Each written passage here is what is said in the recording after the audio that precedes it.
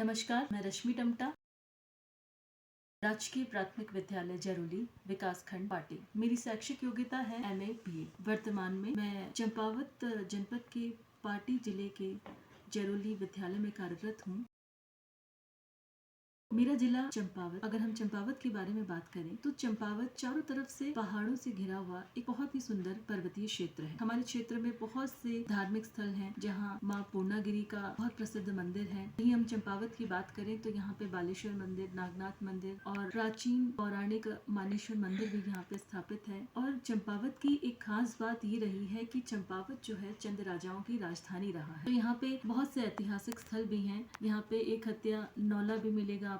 और अगर आप लोहा घाट की तरफ रुख करें तो वहाँ पे आपको एबट माउंट, जो बहुत अच्छा एक पर्यटन स्थल है, वो देखने को मिलता है। वहाँ ऋषेश्वर मंदिर है। इसके अलावा माँ अखिलतारिणी का मंदिर है। हमारे जनपद का बहुत प्रसिद्ध एक मेला होता है जिसे बग्वाल मेले के नाम से जानते हैं, जो कि पाटी विकास खंड के अंतर्गत एक मंदिर आता है। और राखी के समय यहाँ पर बहुत अच्छा मेला लगता है। बहुत जो है सुंदर भी है और इसका एक अपना इतिहास भी है।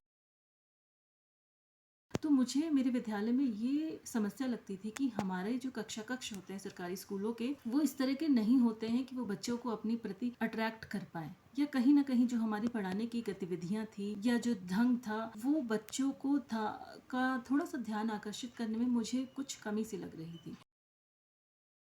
ऑरबिंदो सोसाइटी द्वारा दिए गए प्रशिक्षणों के बारे में। श्री ऑरबिंदो सोसाइटी द्वारा हमें समय समय पर ऑनलाइन, ऑफलाइन अलग अलग तरीके के प्रशिक्षण प्रदान किए गए।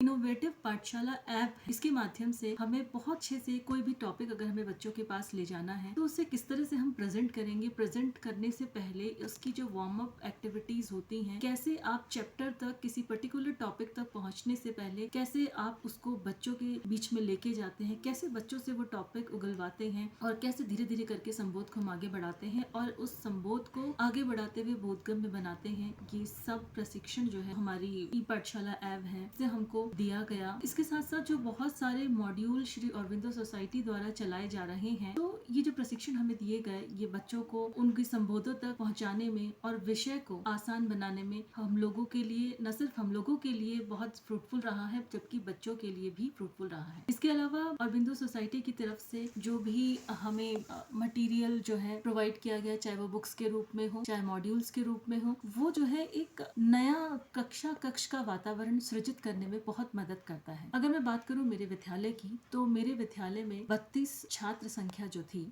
पंजीकृत थी। अब वर्तमान में हम लोग जो बच्चे पास आउट हो गए हैं, उसके बाद हम लोग अब 26 स्टूडेंट्स हमारे हैं। पहले बेसिकली पढ़ाई हमारे स्कूल में अच्छी होती थी, लेकिन अगर आप प्राइवेट स्कूलों में जाते हैं तो हमें देखने को मिलता है कि वहाँ का पूरा वातावरण जो होता है बहुत अट्रैक्टिव होता है, चाहे वहाँ का कैंपस हो, चाहे वहाँ के क्लासरूम्स हो। तो मेरे मन में विचार आया कि क्यों ना हम जो वेस्ट मटेरियल है उन्हीं को लेके कुछ हम इनोवेटिव कुछ ऐसा बनाएं कि बच्चों का इंटरेस्ट और ज्यादा डेवलप किया जाए। तो मैंने काम किया बेस्ट आउट ऑफ वेस्ट। तो जितना भी वेस्ट मटेरियल्स था उससे हमने बहुत सारे TLMs बनाए, चाहे वो क्ले वर्क हो या फिर रद्दी पेपर हो। तो इस तरह से धीरे धीरे एक पूरा जो हमारा कक्षा कक्ष था, उसका वातावरण जो था वो बहुत ज़्यादा जो था सृजनशील हो गया। बच्चे जो थे पहले से ज़्यादा इसमें इंटरेस्ट लेने लगे। और एक चीज़ होती है कि जब बच्चा किसी चीज़ का निर्माण खुद करता है तो उसका इंटरेस्ट उस पर्टिकुलर चीज़ की तरफ बहुत ज़्यादा बढ़ जाता है। और न केवल बच्चे का कंसंट्रेशन बढ़ता है, साथ साथ बच्चे का जो इंटरेस्ट होता है उस पर्टिकुलर चीज़ में और ज़्यादा बढ़ता है। और तो इस तरह से मेरे विद्यालय में मेरे द्वारा बहुत से इनोवेटिव आइडियाज़ जो मुझे ऑरबिंदो सोसाइटी की तरफ से प्रोवाइड किए गए, उनकी बुक्स के माध्यम से मैंने बहुत सारी स्टेट्स की जो इनोवेटिव आइडियाज़ की बुक्स थी वो पढ़ी और बहुत अच्छा मुझे आइडियाज़ उनसे मिले। लेकिन ये दुर्भाग्यवश ये रहा कि पिछले साल से विद्यालय बंद चल रहे हैं। लेकिन मुझे उम्मीद है कि भविष्य में जब भी विद्यालय खुलें तो वो सारे इम्प्लीमेंट्स जो आइडियाज़ थे मैं डेफिनेटली अपने स्टूडेंट के साथ इम्प्लीमेंट करूँगी। और भी ज़्यादा मुझे लगता है कि हमारा जो लर्निंग लेवल था वो डेफिनेटली बढ़ के आएगा। बहुत सारे स्टेट्स के बहुत अच्छे अच्छे इनोवेटिव आइडियाज़ जो है हम लोग कैरी कर रहे हैं। हमारे यहाँ यूथ पार्लियामेंट है, इको क्लब हमारे यहाँ है। वेस्ट मटेरियल का बहुत सारी प्रोडक्टिव चीज़ें हम लोगों ने बना रखी हैं जो कि हम TLM के रूप में इस्तेमाल करते हैं। तो इस तरह से जो आजकल कोरोना काल में कि किस तरह हम बच्चों की पढ़ाई ऑफलाइन माध्यम से या ऑनलाइन माध्यम से किस तरह हम कराएं, इसके भी मॉड्यूल्स जो हैं लगातार डिस्कस किए जा रहे हैं। और इन मॉड्यूल्स को मैं लगातार बच्चों के पास ले जाने के लिए कार्यरत हूँ, कोशिश में लगी हुई हूँ।